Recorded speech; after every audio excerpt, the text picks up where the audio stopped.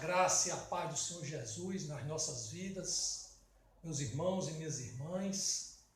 É com muita alegria que eu venho aqui mais uma vez no estágio supervisionado 1 da Unicesumar, Centro Universitário de Maringá, no Paraná, no qual eu participo do curso de Teologia e agora na cadeira de estágio supervisionado 1 estou cumprindo os 5 eventos que são necessários para a formatação do estágio.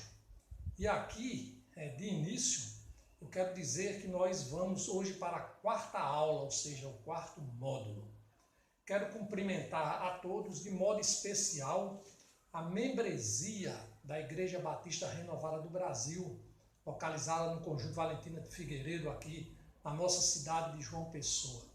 E aí também aproveito para cumprimentar o seu pastor titular, pastor Josildo Leandro de Souza, que é o supervisor deste estágio. Também, meus irmãos, eu quero falar que, como se trata de aula bíblica, nós teremos oportunidade de interação através de perguntas por meio do meu e-mail, que eu já dei nas aulas passadas, mas eu vou novamente me referir aqui, que é Valfredo Rodrigues, Valfredo com W, Rodrigues com Z no fim, o número 2, @gmail.com. Porque, na verdade, não podemos interagir com os alunos ou os alunos com o professor, tendo em vista que são aulas gravadas. Mas há esse caminho, há essa possibilidade de respondermos algumas perguntas por meio do e-mail. Antes de iniciarmos a aula propriamente dita, nós queremos orar, como temos feito sempre. Porque sempre dizemos que onde existe um crente tem de haver oração. Porque a oração é o meio mais, vamos dizer assim, é o meio de graça que nos possibilita chegar a Deus. Senhor Jesus, que maravilha, Senhor, é podermos estar mais uma vez diante de Ti, diante do sagrado, diante do sobrenatural, diante daquele que disse que nós somos amigos, diante daquele que fez todas as coisas e retém todas as coisas sob o seu poder. Então, Senhor, por meio do Teu Espírito, o Senhor nos concede a sabedoria de podermos, neste momento, aprendermos mais de Ti, de podermos compreender, discernindo a Tua palavra. Muitas vezes achamos que a Tua palavra não alcança o nosso coração, mas na realidade não é pela simplicidade dela, é pela dificuldade que nós resistimos a Ti, Senhor. Por isso, Senhor, nesta tarde, e para quem está assistindo, pode ser pela manhã ou pode ser pela noite, não importa. Aliás, não existe um tempo cronológico de Deus como dos homens. Então, Senhor, nós nos colocamos diante de Ti já para agradecer pela essa possibilidade, em nome de Jesus. Amém. Então, a membresia da igreja, de modo particular aos alunos e às alunas que estão fazendo estas aulas, que estão assistindo estas aulas, estão participando destas aulas, eu quero fazer aqui trazer à memória que nós estamos diante de um tema macro, que é a pergunta, afinal, o que é mesmo o Evangelho? E aí nós começamos uma aula introdutória em que abordamos sobre o Evangelho, o evangelismo e a evangelização. Evangelismo e evangelização são palavras que não constam da Bíblia, mas evangelho sim. O evangelismo e a evangelização são palavras derivadas do Evangelho, mas na realidade, quando nós aprendermos sobre o Evangelho, quando nós aprendermos, como estamos aprendendo sobre os conceitos do evangelismo, nós vamos chegar no próximo módulo, o último módulo, a prática da evangelização, conhecermos a evangelização. No final das contas, o que nos importa é saber que esse evangelho aqui, ele compreende todos esses conceitos, essas atitudes, tudo aquilo que nós vamos verificar durante todas as aulas. Num segundo momento, nós tivemos a oportunidade, já iniciando os conceitos do evangelismo, nós iniciamos aqui com o primeiro tópico, o segundo módulo, com o tópico reconhecendo o pecado. Ou seja, nós aqui tivemos a oportunidade de saber de sabermos sobre o reconhecimento, né, sobre a convicção do pecado. E no terceiro, que foi a aula anterior, nós tivemos a oportunidade de conhecer sobre o arrependimento, que se segue à consciência do pecado. Hoje nós vamos para o quarto módulo. O quarto módulo, aqui foi reconhecimento de pecado. Aqui foi arrependimento.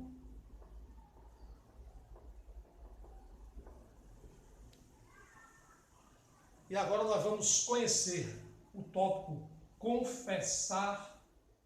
confessando Jesus como único Senhor e Salvador. Essa é a matéria que vai ser abordada hoje. Antes de tudo, antes de nós começarmos propriamente a aula, eu quero que vocês gravem essa imagem.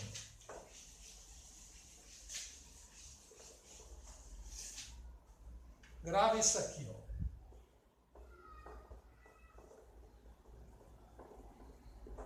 Conversão.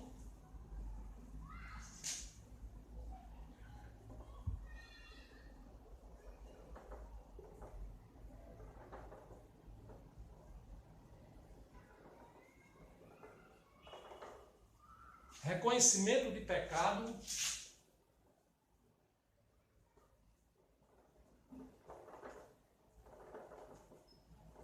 Arrependimento e confessando Jesus. Lembre disso aqui, lá na frente nós vamos abordar essa questão da conversão e vamos considerar esses três tópicos que fazem parte da conversão: o reconhecimento de pecado, o arrependimento e confessando Jesus. Então, assim são as questões introdutórias para a aula de hoje. Nós vamos nos concentrar nisso. Então, meus irmãos e minhas irmãs, vamos à aula, se Deus quiser. Na aula passada, ou seja, o módulo 3 dessa série de aulas, nós estudamos sobre o arrependimento como um segundo passo na compreensão dos conceitos do evangelismo, objetivando chegarmos à última aula, que será a próxima, o quinto tópico, que trataremos sobre a evangelização em si. Aprendemos na última aula alguns sinais de um arrependimento genuíno. Lá vimos a transformação da mentalidade, a tristeza profunda, o reconhecimento do pecado, deixar de praticar voluntariamente o pecado, buscar-se a Deus e obedecer à vontade de Deus. Esses foram os sinais do arrependimento.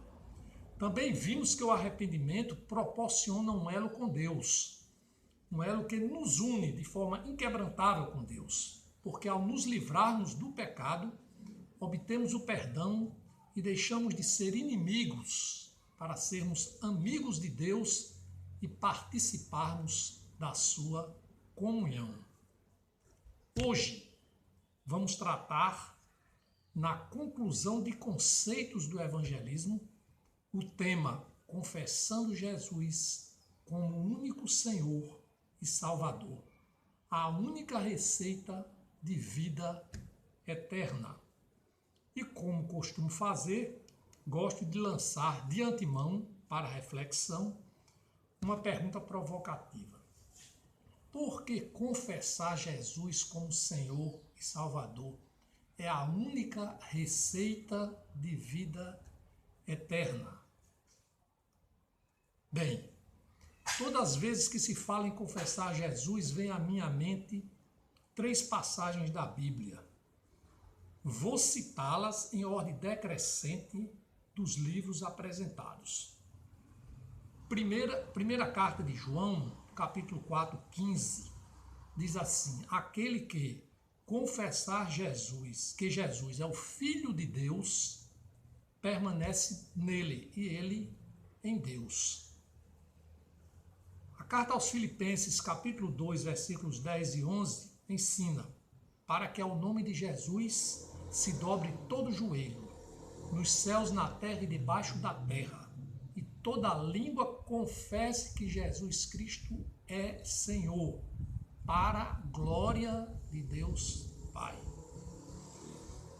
E Mateus, capítulo 10, versículos 32 e 33. Portanto, todo aquele que me confessar diante dos homens, também eu o confessarei diante do Pai, que está nos céus. Mas aquele que me negar diante dos homens, também eu negarei diante do meu Pai, que está nos céus. Observem que essa citação, né, propositadamente em ordem decrescente, ela serve para mostrar, né, para destacar o seguinte: a primeira citação é feita pelo apóstolo João, que ele diz que é confessar Jesus, que Jesus é Filho de Deus. Em confessando que Jesus é Filho de Deus, ele também está implícito que ele é Senhor. A segunda, que fala que toda língua confesse que Jesus Cristo é Senhor, para a glória de Deus Pai, é feita pelo apóstolo Paulo. No entanto, o último texto, consoante o evangelista Mateus, que diz que essa última fala é do próprio Jesus. Veja que Jesus diz assim: aquele que me confessar diante dos homens, também eu o confessarei diante do meu Pai que está nos céus. Mas Jesus não acha suficiente demonstrar apenas essa forma proativa, né, de confissão. Ele diz também que aquele que negar, ou seja, pode até ser mesmo por omissão, né, omissão, também eu o negarei diante do meu Pai que está nos céus. Então não há nenhuma dúvida aqui acerca da importância da confissão de Jesus como Senhor. Nesses 3 versículos já nos permite, né, antever da importância do significado da confissão. Embora indiscutível a relevância dessas 3 passagens, como foi mostrado, a nossa abordagem hoje será orientada por outro texto, não menos relevante. Com essas introduções, passemos ao texto áureo, ou seja, o texto que hoje nós vamos nos dedicar. Mais uma vez, né, trazemos a lume a carta aos Romanos. E aí eu gostaria de exortar a todos os irmãos e irmãs que abram a carta aos Romanos, capítulo 10, versículo 9 e 10. 9 e 10. Então vamos ler aqui.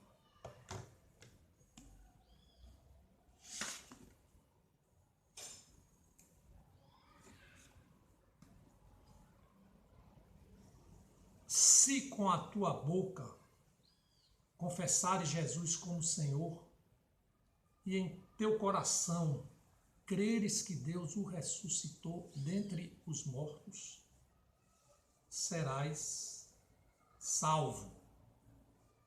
Porque com o coração se crê pela justiça e com a boca se confessa a respeito da salvação.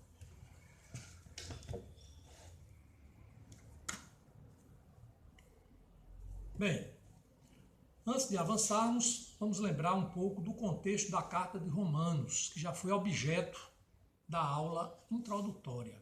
Ali, consideramos que a essência desta carta, de autoria do apóstolo Paulo, é o Evangelho, sendo considerado o livro mais influente na história cristã e também chamado de Evangelho segundo Paulo. Também vimos que a Epístola aos Romanos foi escrita na cidade de Corinto por volta do ano de 57 depois de Cristo, ou seja, no 1º século. E que foi uma carta concebida considerando a tensão que existia entre os cristãos judeus e os gregos em Roma. A carta aos Romanos, em seus capítulos 6, 7 e 8, sendo este o oitavo que mais fala sobre o Espírito Santo na Bíblia, esses capítulos, eles cuidam da santificação, que é a consequência também da justificação, que são doutrinas apregoadas pelo apóstolo Paulo. Já tivemos a oportunidade de estudar parte do capítulo 7, quando tratamos da lei e do pecado, no módulo 2 desta série de 5 aulas. No tocante aos capítulos 9 a 11, onde está incluído o 10, com o texto áureo que vamos estudar, ressaltamos que a carta apresenta o plano de Deus para a salvação de Israel e a entrada dos gentios na igreja. Lembrando então, o capítulo 9 trata da eleição eterna. O capítulo 10 enfoca o presente e retrata a rebeldia de Israel, ou seja, a sua infidelidade para com Deus. E o capítulo 11 aborda o futuro de um tempo de restauração. Fee e Stuart esclarecem, abrem aspas, Paulo agora passa a tratar da tensão entre a fidelidade de Deus, a unir judeus e gentios como um povo, e a infidelidade judaica, a maioria dos judeus não tendo reagido positivamente às boas novas de Cristo. O argumento se divide em 3 fases, delimitadas por um lamento sobre os de Israel que rejeitaram a Cristo, 9, 1 a 5, e uma conclusão confessional em que Paulo se prostra em adoração e admiração diante da soberania extraordinária de Deus. Capítulo 11, versículos 33 a 36. Veja bem, quando ele fala aqui que a maioria dos judeus não reagiram positivamente às boas novas, irmãos e irmãs, isso faz vocês lembrarem alguma coisa? Isso faz vocês sentirem no coração e na memória algo que não acontece hoje? Ou pelo contrário? Na verdade, às vezes a gente julga na história, né? Quando estamos lendo, vimos que Israel muitas vezes se revolta, se rebela contra Deus, contra os mandamentos de Deus, e às vezes a gente trata como se aquilo fosse algo tão equidistante, algo tão imaginativo, quando na realidade isso está tão próximo de nós hoje. E eu tenho impressão, aí é uma impressão, uma convicção mesmo, de que hoje muito mais do que antes. Porque nós temos hoje, né, o Novo Testamento nas mãos, nós temos a redenção de Jesus, nós já conhecemos isso, o que muito no Antigo Testamento não se sabia. Muitas vezes se sabia pelas profecias, mas não se tinha vivenciado, ou seja, ainda não tinha Deus se reencarnado em homem, 100% homem, 100% Deus, e dessa forma nós nos sentimos ainda mais responsabilizados, ou seja, nós conhecemos a história, o que antes eles não conheciam de uma forma mais prática. John Stott,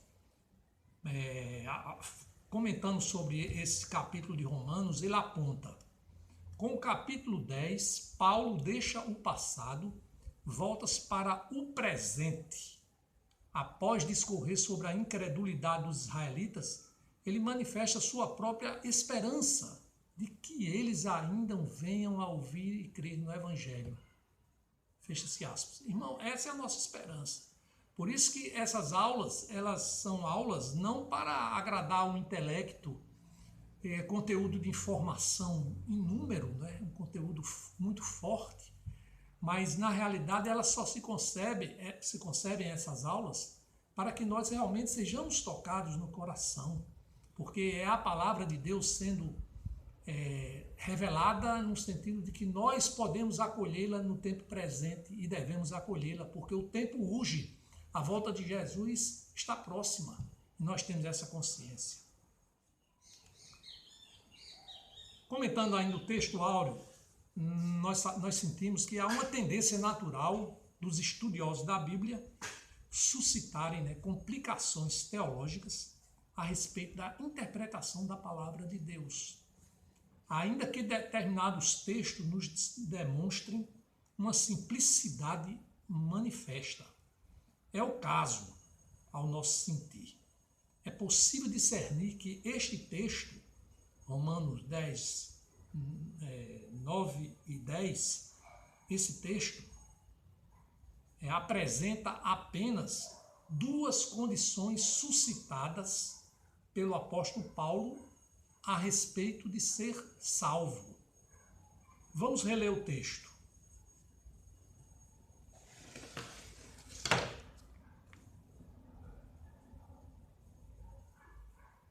Se com a tua boca confessares Jesus como Senhor e em teu coração creres que Deus o ressuscitou dentre os mortos, serás salvo.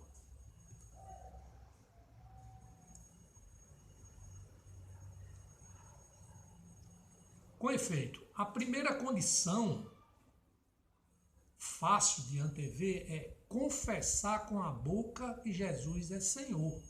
Quem é o Senhor? O Senhor é o Messias anunciado.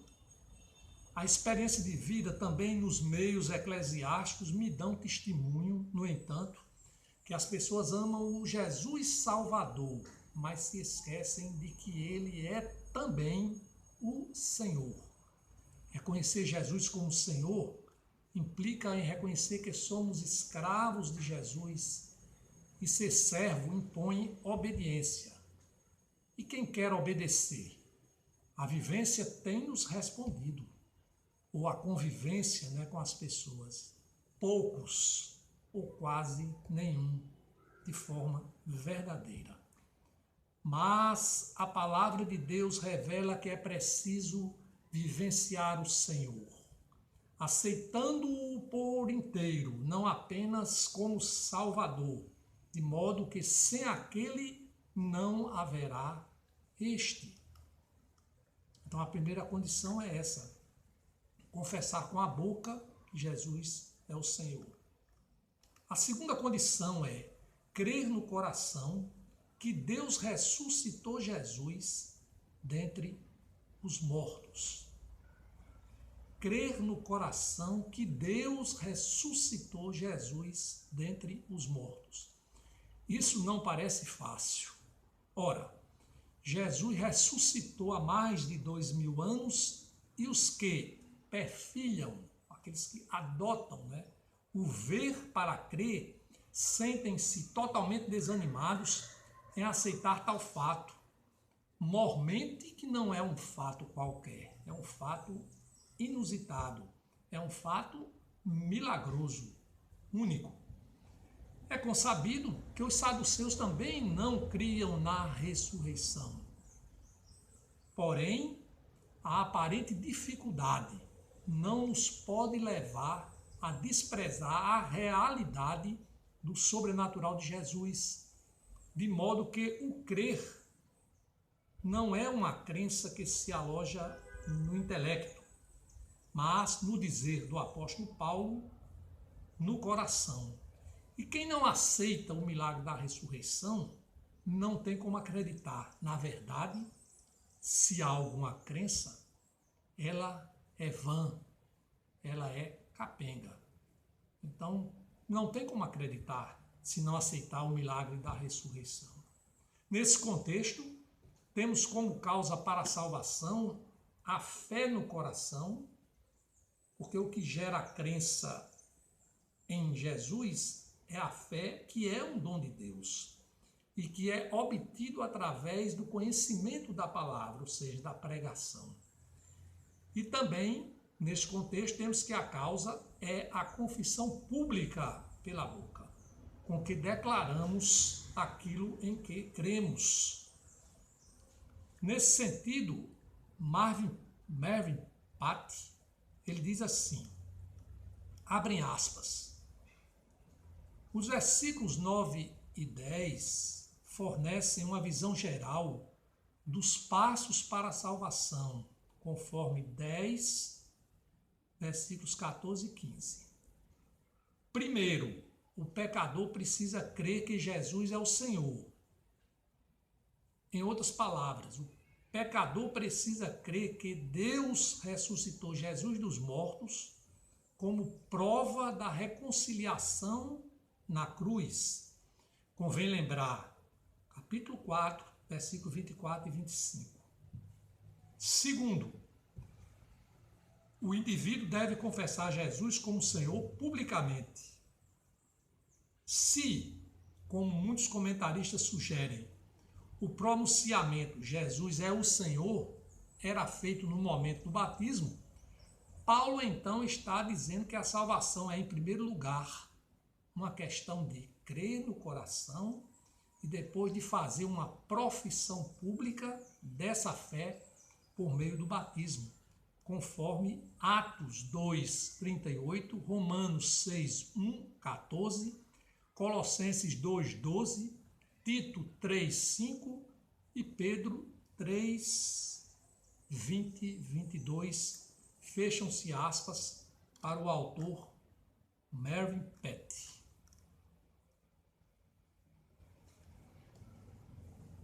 Cuidando dos versos 9 e 10, ora em estudo, Calvino é por demais esclarecedor. Abre aspas. Assim, boca e esperança, fé interior e confissão pública são essencialmente uma coisa só. Confissão sem fé seria em vão.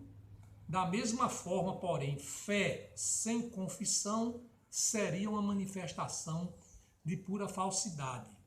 E isso é muito comum, né? Quando a gente pergunta às pessoas se ela crê em Deus, crê em Jesus, ela diz que sim, mas nunca confessaram. E confessar, como diz, é dizer que ele é Senhor, e não somente, entre aspas, Salvador. Ser Senhor é obedecer a Deus. A verdade é que o crer traz benefício divino. Falou em benefício, as pessoas gostam, né? Quem não gosta dos benefícios? Ora, todo aquele que nele crer não será confundido.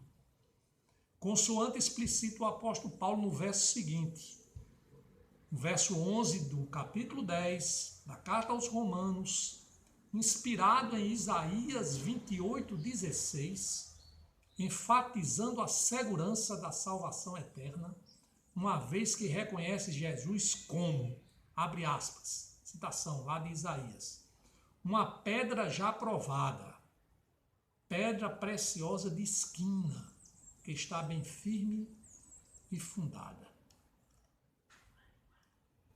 Mais adiante, no verso 13 da epístola de que estamos tratando, o apóstolo Paulo, citando desta feita a profecia de Joel, consoante Joel 2, versículo 32, também referida em Atos dos Apóstolos 2, 21, explicita: todo aquele que invocar o nome do Senhor será salvo. É que no verso 9 ele falou no verso 10 ele falou que serás salvo, e aqui no verso 13 há um reforço, agora com base na profecia de Joel, que é citada também no livro de Atos dos Apóstolos. Está claro, pois, que a confissão é a invocação do nome do Senhor. Bem, meus irmãos, minhas irmãs, poder-se-ia perguntar, mas onde está a palavra sobre a cruz nos versos da confissão e crença encetados pelo apóstolo Paulo? Sempre se diz, né, que evangelho sem cruz é natimorto, não existe. Ora, só faz sentido se falar em ressurreição se houve morte. A propósito, a Bíblia, como se não bastasse descrever em pormenores a morte insana de Jesus, também narra sobre o seu sepultamento, como se estivesse a demonstrar que ele de fato foi morto, uma vez sepultado. Assim, a morte de Cristo e morte de cruz, porque a Bíblia conta que ele morreu na cruz, está implícita na fala sobre a ressurreição do apóstolo Paulo nos versos da carta aos Romanos, bem como a remissão dos pecados, em vista da confiança e da crença. Nesse sentido, João Calvino nos adverte: implícitas na boa nova estão as verdades de que Jesus morreu, ressuscitou, foi exaltado e agora reina como Senhor e concede salvação àqueles que nele creem. Não a salvação fingida, da boca para fora, mas salvação pela fé, isto é, por meio de uma fé consciente que abraça Cristo como Senhor e Salvador crucificado e ressuscitado. É esta a mensagem positiva que resulta da justiça que vem da fé.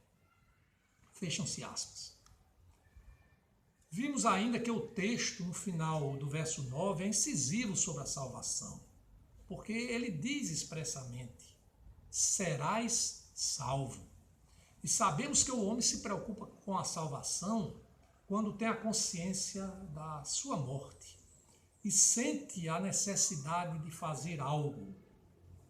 E, inevitavelmente, descobre que nada pode fazer.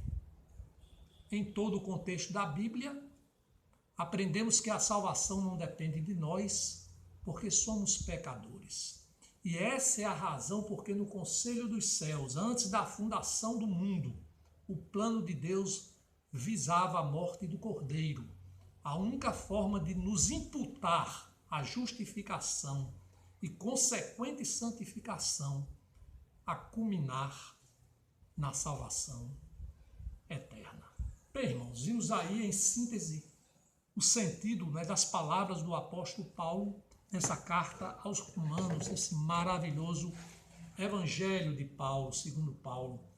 E realmente essa passagem é a passagem que mais nos anima nas evangelizações, no melhor sentido da palavra anima, ou seja, no sobrenatural de Deus, que nos motiva, que nos dá uma satisfação que nenhum homem pode sentir quando você pede para alguém confessar Jesus pela sua própria boca e também reconhecer, e que crer também que Deus ressuscitou Jesus dentre os mortos e ele ter a convicção de que será salvo. Em assim sendo, chegou o momento de responder à pergunta: por que confessar Jesus como o único Senhor e Salvador é a única receita de vida eterna? Respondendo primeiro pela negativa, ou seja, pelo o não fazê-lo, significa dizer que não temos nenhuma outra receita, não temos nenhuma outra. Já falei lá em cima que o homem não tem como suplantar a morte, o homem não tem como vencer. Então, nesse sentido, para responder essa pergunta, eu inicio refletindo acerca das consequências da confissão. As consequências da confissão implicam na conversão. Todos nós ouvimos muito falar em conversão, mas o que é mesmo a conversão? Podemos entender a conversão como um momento em que estão contemplados. Irmãos, agora eu quero que você se lembre daquela figura que eu escrevi ali no quadro sobre conversão e eu coloquei 3 itens. Então nós vamos exatamente nos referir àquilo ali. Reconhecimento de pecado, arrependimento pelo pecado e confissão em Jesus como único Senhor e Salvador. Isso aí compreende, em síntese, a conversão. Em outras palavras, os mortos espiritualmente foram capacitados a se arrependerem e a crerem em Jesus mediante a fé. Quando o Espírito Santo nos convence do pecado, ele nos convoca à conversão. O nosso arrependimento é uma convocação subsequente à consciência que temos do pecado e que também nos leva para a conversão.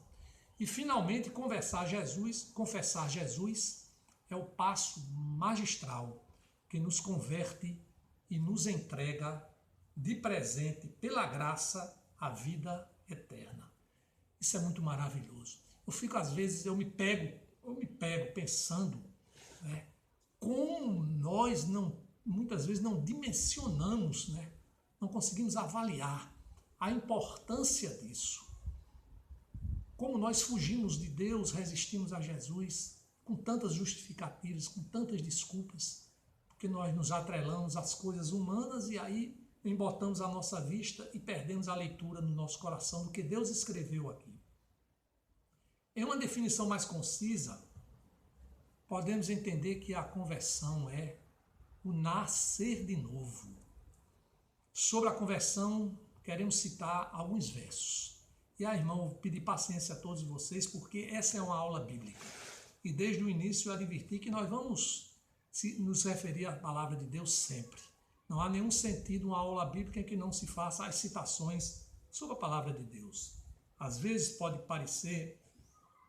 nos tornar impacientes ouvir as palavras sendo repetidas, mas isso faz parte exatamente do Evangelho de Jesus.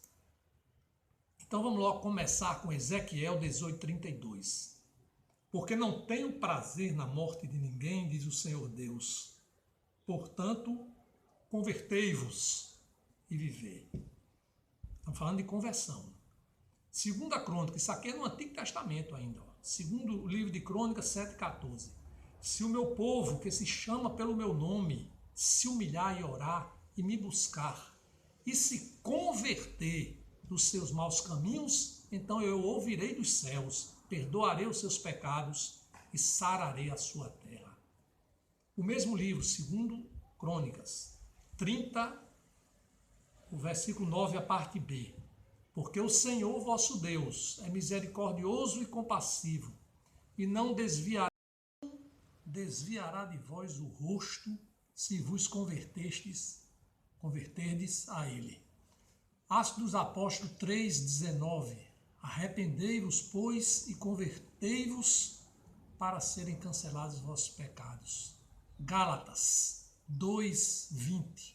Logo já não sou eu quem vive, mas Cristo vive em mim. E esse viver que agora tenho na carne, vivo pela fé no Filho de Deus, que me amou e a si mesmo se entregou por mim. João 3:3. A isso respondeu Jesus: em verdade te digo que, se alguém não nascer de novo, não pode ver o reino de Deus. Assim citamos alguns versículos que compreendem a conversão.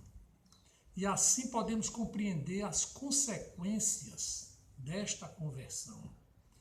Para efeito didático, vamos explicitar as consequências em sequência, não significando que elas seguem uma ordem sistemática. Na verdade, todas essas consequências elas ocorrem de modo simultâneo. Primeira consequência: a conversão nos proporciona obter as benesses da rasgação do véu, uma vez que o nosso caminho para Deus fora aberto.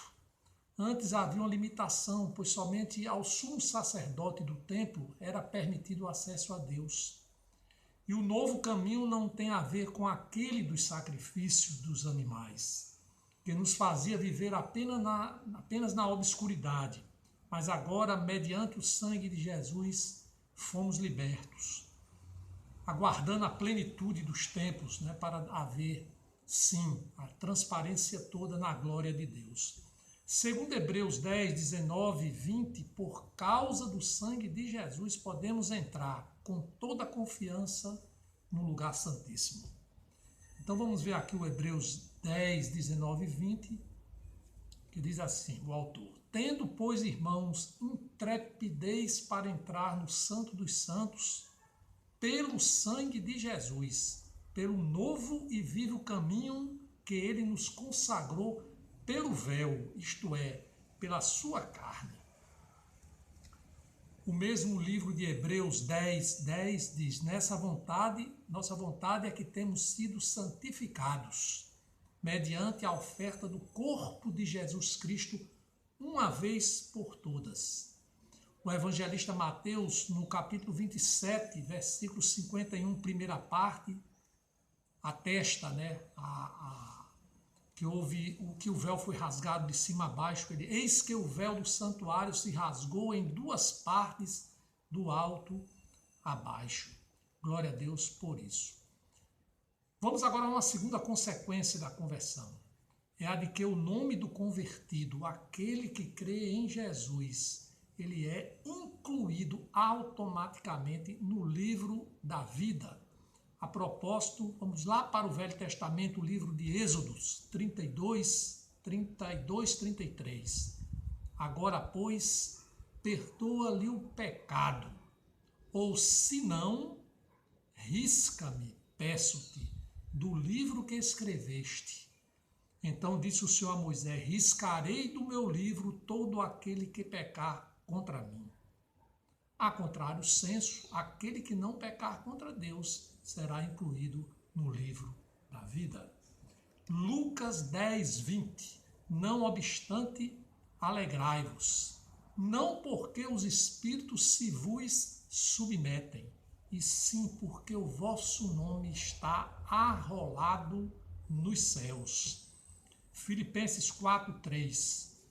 A ti, fiel companheiro de jugo, também peço que as auxilies, pois juntas se esforçaram comigo no Evangelho, também com Clemente e com os demais cooperadores meus. Aí a gente vê Paulo, fazendo um agradecimento, aos que andavam com ele, cujos nomes se encontram no livro da vida. Eis aí a convicção do apóstolo Paulo pelos seus irmãos. O livro de Apocalipse nos traz algumas informações muito interessantes sobre a questão do livro da vida. Vamos ver então Apocalipse 20, 11 a 15. Vi um grande trono branco e aquele que nele se assenta, de cuja presença fugiram a terra e o céu e não se achou lugar para eles. Vi também os mortos, os grandes e os pequenos, postos em pé diante do trono. Então se abriram livros, ainda outro livro, o livro da vida, foi aberto. E os mortos foram julgados, segundo as suas obras, conforme o que se achava escrito nos livros. Deu mal aos mortos que nele estavam. A morte e o além entregaram os mortos que neles havia, e foram julgados um por um, segundo as suas obras. Então a morte e o inferno foram lançados para dentro do lago de fogo. Esta é a segunda morte, o lago de fogo. E se alguém não foi achado inscrito no livro da vida, esse foi lançado para dentro do lago de fogo. E assim, irmãos, a contrário senso, aquele que foi achado inscrito no livro da vida não foi lançado no lago de fogo, mas sim foi para a glória de Deus, a não condenação eterna, mas sim a glória eterna de Deus. Aleluia. Apocalipse ainda, o 21, 27. Nela nunca jamais penetrará coisa alguma contaminada, nem o que pratica abominação e mentira, mas somente os inscritos no livro da vida do Cordeiro. Uma terceira consequência da conversão recebemos a vida eterna pela graça. Marcos 10, 17 e 30. E pondo-se Jesus a caminho, correu um homem ao seu encontro e, ajoelhando-se, perguntou-lhe: bom mestre, que farei para herdar a vida eterna? E aí, irmãos, vocês sabem dessa parábola do moço rico, que termina por não aceitar Jesus, considerando que os seus bens eram mais importantes do que a salvação eterna. Porém, no fim da parábola, depois de aprendermos tantas coisas em que a riqueza não tem poder, que é muito difícil para o rico entrar no reino dos céus, Jesus conclui dizendo assim: em verdade eu vos digo que ninguém há que tenha deixado a casa. Ali quando os apóstolos dizem que querem seguir a Jesus. E ele diz: em verdade digo que ninguém há que tenha deixado casa, irmãos, irmãs, mãe ou pai ou filhos ou campos, por amor de mim e por amor do Evangelho, que não receba já no presente o cêntuplo de casas, irmãos, mães, filhos e campos, com perseguições, e no mundo por vir a vida eterna. Estamos falando da vida eterna, que recebemos a vida eterna. João 3,16. Essa é a leitura magna, muito conhecida dos evangelistas. quando Jesus diz para Nicodemos: porque Deus amou o mundo de tal maneira que deu o seu Filho unigênito, para que todo que nele crê não pereça e tenha a vida eterna. Estamos falando de vida eterna como consequência da conversão. O mesmo João 3, agora 36, diz: por isso quem crê no Filho tem a vida eterna. O que todavia se mantém rebelde contra o Filho não terá a vida, mas sobre ele permanece a ira de Deus. O mesmo João, no versículo do capítulo 17, 3, ele define o que é a vida eterna, e ele diz: a vida eterna é esta, que te conheçam a ti, o único Deus verdadeiro, e a Jesus Cristo, a quem enviaste. Ainda o livro de João 10, 28, 30. Eu lhes dou a vida eterna, jamais perecerão e ninguém as arrebatará da minha mão. Agora o livro Romanos, esse livro mesmo que nós estamos estudando, desde o início da primeira aula, Romanos 5, 21, a fim de que como o pecado reinou pela morte, assim também reinasse a graça pela justiça para a vida eterna, mediante Jesus Cristo nosso Senhor. O mesmo Romanos 6, 23, porque o salário do pecado é a morte, mas o dom gratuito de Deus é a vida eterna em Cristo Jesus nosso Senhor. 1 Timóteo 6,12, combate o bom combate da fé, toma posse da vida eterna, para a qual também foste chamado, e de que fizeste a boa confissão perante muitas testemunhas. Só aí falando da confissão. A carta 1 João 5,11, e o testemunho é este, que Deus nos deu a vida eterna, e esta vida está no seu Filho. Finalmente, aqui a mesma carta de João, capítulo 5, 13. Estas coisas eu vos escrevi a fim de saberdes que tendes a vida eterna, a vós outros que credes em o nome do Filho de Jesus.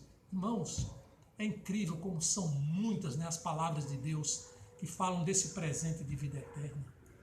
E é incrível como as pessoas parece que não conseguem enxergar, parece que não conseguem saber, que a vida eterna é o maior presente e ela vem pela conversão, pela confissão. Aleluia. E finalmente, sobre as consequências da conversão, nós vamos falar aqui sobre que o céu entra em festa, o céu se alegra, ou seja, Deus se alegra. Nós vimos isso em Lucas 15, 7. Digo-vos que assim haverá maior júbilo no céu, ou seja, maior alegria no céu, por um pecador que se arrepende, ou seja, que se converte, do que por 99 justos que não necessitam de arrependimento. Aleluia, Senhor, isso é muito maravilhoso. Então isso é muito dito, é muito demonstrado nas evangelizações, que há uma alegria no céu, há uma celebração singular, muito especial. Meus irmãos, minhas irmãs, vamos fazer a conclusão desta aula. Desta aula aprendemos, vamos aqui citar 1, 2, 3 pontos principais que foram desta aula. Para ser salvo, precisamos preencher 2 condições. 1, confessar com a boca que Jesus é Senhor. 2, crer com o coração que Deus ressuscitou Jesus dentre os mortos. Também aprendemos que confessar Jesus como o Senhor e Salvador é a única receita de vida eterna, porque nos proporciona a conversão a Cristo e as consequências deste ato. Em terceiro ponto, nós aprendemos que a conversão proporciona podemos elencar 4 coisas: obter-se as benesses da rasgação do véu, ter o nome incluído no livro da vida, receber a vida eterna e viver a alegria nos céus. Na próxima aula, vamos ao módulo 5. Anseio por todos esses modos, mas esses 5 eu confesso, o meu coração palpita. Eu fico pensando muito nessa aplicação do Evangelho por meio da evangelização. Essa é a parte em que todos esses conceitos, todas essas compreensões que nós trouxemos à baila pela força do Espírito Santo, virão, né, à tona. E aí nós teremos a oportunidade de mostrar, demonstrar pelo Espírito Santo, né, porque nós precisamos compreender a palavra de Deus. E aí nós vamos concluir com essa aplicação. E, mais uma vez, eu lembro aos meus irmãos, minhas irmãs, os alunos, aqueles que estão prestigiando as aulas com muito esforço, né, com muita dedicação. Eu quero dizer que as perguntas sobre as aulas, todas as aulas podem ser feitas no meu e-mail e serão a tempo e modo respondidas. Agradeço a todos mais uma vez pela paciência, pela dedicação, pela contribuição, né? Desejando que as lições tenham de fato atingido a mente e o coração de vocês, assim como também vocês aprendizes eternos como eu. E antes de um até breve, vamos fazer a oração final de hoje. Pai Celestial, nós te agradecemos, Pai. Não temos como não agradecê-lo. Agradecer, Senhor, por tudo, pelas nossas vidas, pelas vidas dos que ouvem o teu evangelho, pela vida dos que pregam o teu evangelho, pela vida, Senhor. Nós sabemos, pela vida eterna, nós sabemos que a nossa vida aqui na terra, essa vida existencial, é necessária, Senhor, e para que nós possamos glorificá-lo, Senhor. Mas nós sabemos que teremos sim frutos acolhedores quando nós estaremos na tua glória. E por isso, Senhor, nós queremos mais uma vez dizer que não resistimos a Jesus porque nós temos a fé. E a fé iniciou-se, Senhor, quando nós ouvimos a tua palavra e aí nós cremos, e aí nós nos arrependemos dos nossos pecados e cremos que Deus ressuscitou Jesus e cremos que fomos convertidos e aqui vivemos para ti, Senhor, como servos, discípulos de Jesus. Obrigado, Senhor, por tudo. Na próxima aula, se Deus quiser, nós pedimos que proteja, Senhor, abençoa a todos os nossos irmãos. Cuida deste mundo tão caótico, este mundo que não consegue vislumbrar a beleza que o Senhor fez, mas este mundo que é focado em tanta maldade, em tanta maledicência. Mas nós temos a ti, Senhor, e é motivo de toda a alegria. Obrigado, Pai, em nome de Jesus. Amém, amém e amém.